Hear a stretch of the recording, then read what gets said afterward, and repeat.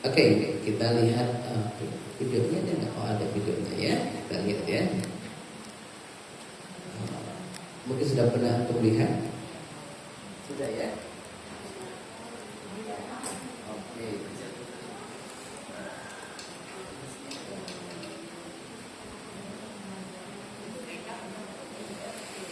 Jadi bisa dibuka.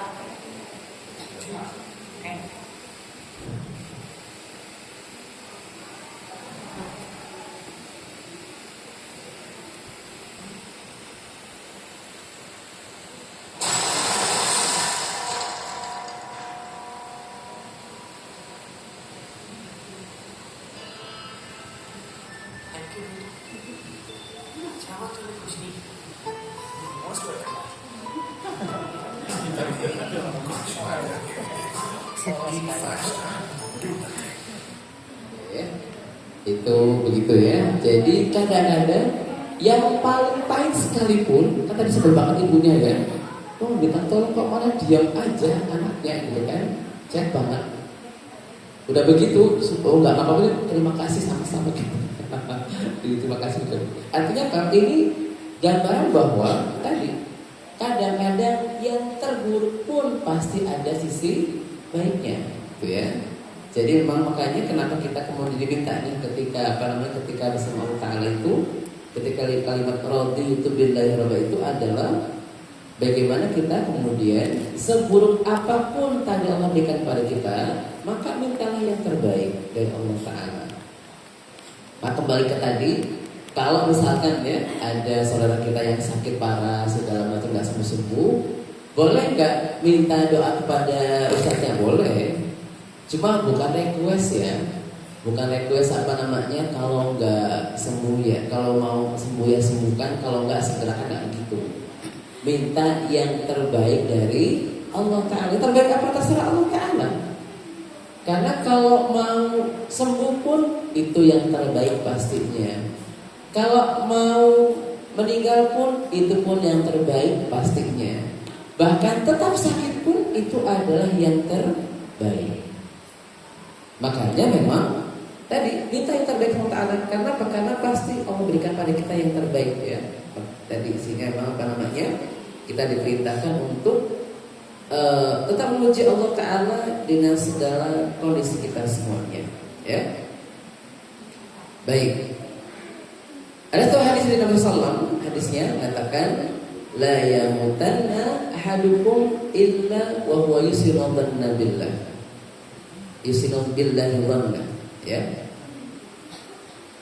Jangan sekali-kali kalian di antara kalian meninggal dunia kecuali dalam keadaan berbaik sangka kepada Allah Ta'ala. Jadi ini perintah dari Nabi kepada kita semua bahwa berbaik sangka itu adalah harus sampai akhir hayat kita. Kenapa? Karena justru di ujung-ujung akhir hayat kita itu perlu berbaik sangka kepada Allah Ta'ala. Berbaik sangka contoh bagaimana? Contohnya ya. Contohnya.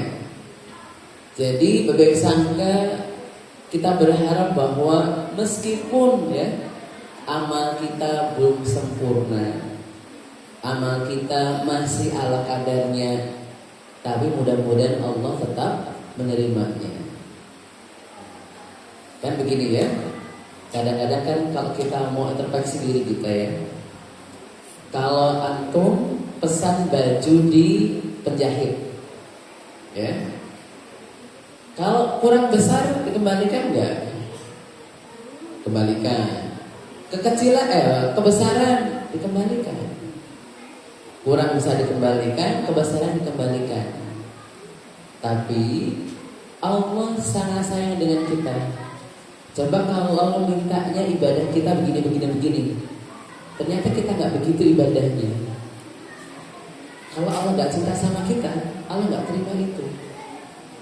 Tapi kita berharap ya, mudah-mudahan dengan segala amal kita yang masih belum sempurna, yang masih semampu kita saja, Allah masih mau menerima amal ibadah kita.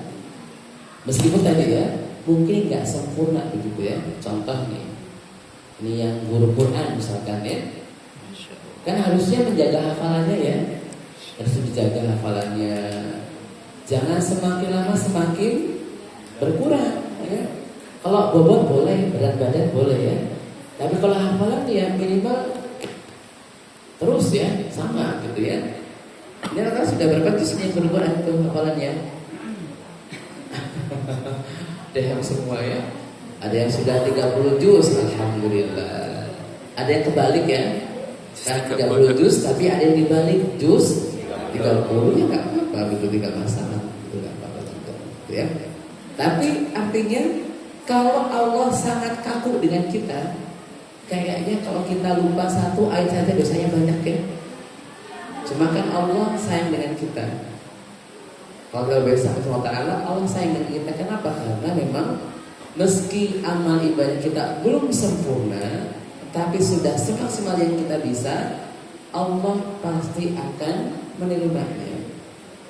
Makanya ketika menjelang akhir-akhir usia kita, ini ada anak-anak yang bapak-bapak, maka berbaik sangka kepada Allah Ta'ala. Karena apa? Mudah-mudahan kalau kita berbaik sangka, maka Allah akan memberikan yang terbaik seperti persangkaan kita, gitu ya. Gitu. Kemudian ya, berikutnya berbaik sangka kepada Allah Ta'ala merupakan aplikasi dari kalimat inna lillahi wa inna ilaihi raji'un. Dalam surat Al-Baqarah 156 ya. Alladzina idza asabatuhum musibatun qalu inna lillahi wa inna ilaihi raji'un. Jadi orang bersangka itu adalah dia mengaplikasikan, mengamalkan konsep inna lillahi wa inna ilaihi raji'un adalah dengan bersangka. Kehilangan harta, kehilangan keluarga, kehilangan semua yang kita miliki, ini kalau kita bisa mengambil sisi terbaiknya berbaik sama Ta'ala, berarti ini adalah kita sudah mengaplikasikan konsep inna lillahi wa inna ilaihi raji'un, gitu ya. Karena kita tidak tahu apa yang menurut kita baik belum tentu baik menurut Allah Ta'ala. Apa yang kita sangka buruk belum tentu buruk menurut Allah Ta'ala. Makanya kata Allah Ta'ala ketika menuliskan ayat ini, Allah mengatakan wa asa an takrahu syai'an wa huwa khairul lakum wa asa an tuhibbu syai'an wa huwa syarrul lakum wallahu ya'lamu wa antum la ta'lamun. Jadi bisa jadi yang kita anggap buruk ternyata menurut Allah adalah baik. Yang kita anggap baik menurut Allah bisa jadi buruk, nggak untuk kita. Contoh ya, kita kan merasa bahwasannya kadang-kadang merasa bahwa jadi orang kaya itu baik ya, misalnya begitu. Padahal bisa jadi buruk tuh.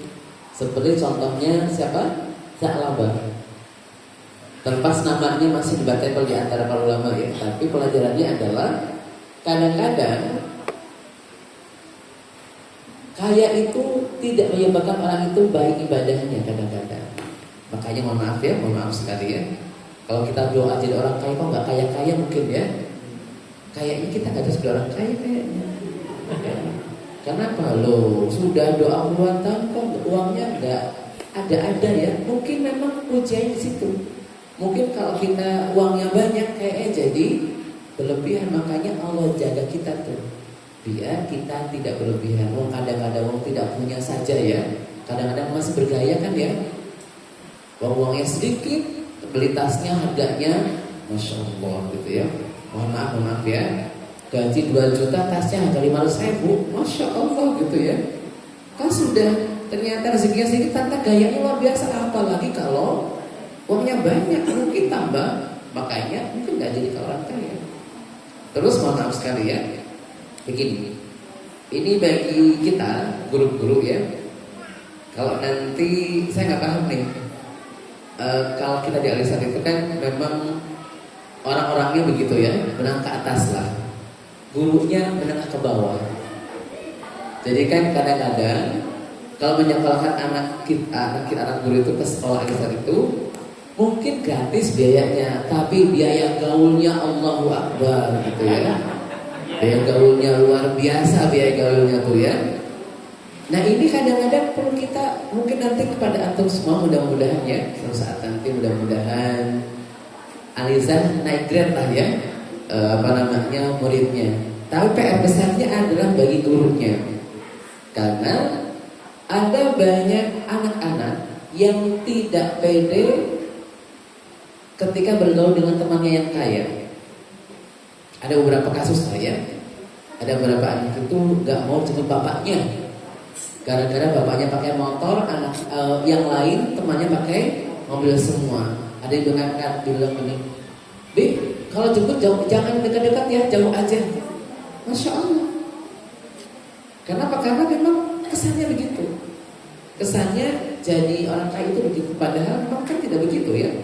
Kaya itu begitu baik, tetapi memang kalaupun Allah berikan pada kita kekayaan, alhamdulillah, berarti nanti hitungannya lebih sedikit. Begitu saja. Artinya ini konsep inna lillahi wa inna ilaihi raji'un, bahwasanya apapun yang Allah sudah berikan pada kita, apapun yang Allah cabut dari kita, itu sudah yang terbaik pilihan Allah Ta'ala. Makanya kalau kita bersabar Ta'ala itu, nanti kalau kita kemudian melihat orang yang lebih kaya, itu tidak iri. Ini dalam tanda negatif ya, tidak seperti itu. Karena nanti penduduk surga itu ya, di surga itu salah satu sifat penduduk surga adalah mereka tidak mau pindah dari surganya. Otomatis Ustaz, kalau ke neraka kan nggak mungkin ya, nggak mungkin pengen pindah ke neraka, tidak mungkin. Tetapi bisa bayangkan, antum kan kalau belajar tentang surga neraka itu, surga itu kan bertingkat-tingkat ya. Ada surga yang paling tinggi itu surga Firdaus, ada surga yang paling rendah. Kira-kira secara logika kita, surga yang paling tinggi dan paling rendah fasilitasnya beda apa enggak? Beda otomatis ya, luasnya beda, segala beda. Nah ternyata ada orang yang surganya paling rendah berkunjung ke orang yang surganya paling tinggi. Begitu pulang ke rumahnya, ke surganya, maka mengatakan surga pula yang paling indah. Nggak pingin pindah ke surga teman yang paling tinggi. Contoh ya, aplikasi dalam kehidupan kita.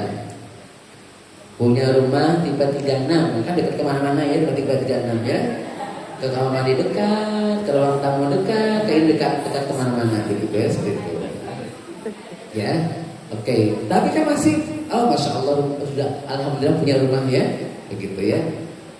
Bareng berkunjung ke rumah wali murid tuh, yang rumahnya tipe 100 sekian, masya Allah. Kalau sampai pulang ke rumah lagi masih merasa rumahnya luas, masih sudah sempit. Kalau mengatakan rumahku yang paling luas, jempolnya 4 pokoknya ya. Kalau habis melihat rumah yang luasnya tadi kayak lapangan bola gitu ya, kemudian balik ke rumah yang tipenya 36, kau merasa rumahku lah yang paling luas, sudah jempolan ya. Kenapa? Sudah menganggap bahwa takdir yang Allah berikan kepadanya sudah yang terbaik. Ya, ini kan sulit ya. Sulit sekali karena kita masih manusia. Pastilah kadang-kadang kalau misalkan contoh ya, kan mohon maaf nih ya, ada ini biasanya ibu-ibu lah ya, ada yang suaminya kaya tapi kayak Bang Toyib ya, nggak pulang-pulang ada yang suaminya kesanding tuh, suaminya ada terus di rumah tapi uangnya sedikit. Ada yang begitu ya, ada yang begitu ya, ujian masing-masing ya. Ada yang berumah tangga nggak punya anak, ada kan gelisah. Ada yang anaknya masya Allah kayak pohon belimbing ya, rendah banget begitu ya. Ini ada segitu ya. Itu mengeluh lagi, ya ada ujian masing-masing. Kalau tidak merasa sudah yang terbaik, nanti banyak mengeluhnya. Makanya berkesaka itu adalah merasa bahwa apa yang sudah Allah pilihkan untuk kita adalah sudah yang paling baik. Entah itu keluarga kita, entah itu harta kita, entah pasangan kita, itu sudah yang terbaik ya, begitu ya. Kalau sudah menikah ya, sudah menikah itu kenapa sih? Ya, kadang-kadang ada apa namanya? Ada pil, tahu pil? Oh, anak zaman sekarang nggak ngerti pil ya. Pria idaman lain atau ada will, wanita idaman lain, karena tidak merasa pasangannya yang sudah yang terbaik tuh. Oh, kadang-kadang ini yang mau menikah, yang sudah menikah, yang belum menikah berapa orang di sini? Hampir banyak. Oh, masya Allah ya. Mungkin nanti kapan-kapan ya kajiannya pranikah ya. Ya, begitu ya. Biar nanti apa namanya ada ilmunya begitu ya. Ada ilmunya. Ya. Ya, kadang-kadang gitu. Jadi kadang-kadang itu adalah membandingkan suaminya dengan suami orang lain. Oh, nggak bisa. Oh, katanya kan begitu ya. Katanya rumput tetangga lebih hijau. Betul, tapi banyak ularnya gitu ya. Begitu ya. Jadi jelas betul. Artinya begitu. Nah, artinya kenapa? Karena kadang membandingkan kan tadi. Karena kurang terima, tidak merasa bahwa itu sudah yang terbaik Allah pilihkan. Makanya kalau kita kemudian meninggal dunia akhirnya kita, maka hidup kita ini adalah sudah yang terbaik Allah berikan untuk kita. Insya Allah begitu. Makanya berbaik sangka kepada Allah Ta'ala. Kenapa? Karena bisa jadi kalau kita berbaik sangka, nanti Allah akan berikan yang terbaik untuk kita semua. Ya, baik. Ini ada kisah dari salah seorang wanita Ansor ya. Kita lihat ya.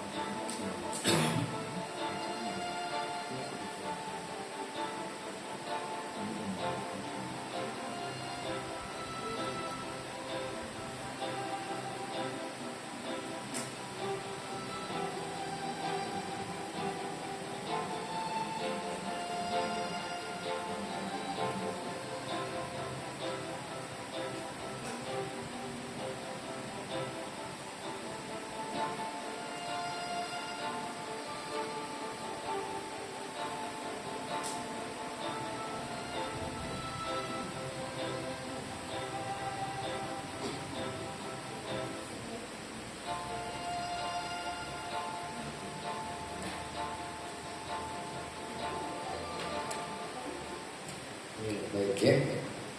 Jadi pesannya itu adalah, jadi kalaupun kita berdosa, kalau kita menyadari kesalahan kita dan mau bertobat, insya Allah Allah menerima tobat kita. Ya, makanya memang seburuk apapun itu adalah tetap takdir Allah yang terbaik untuk kita semua. Ya, baik.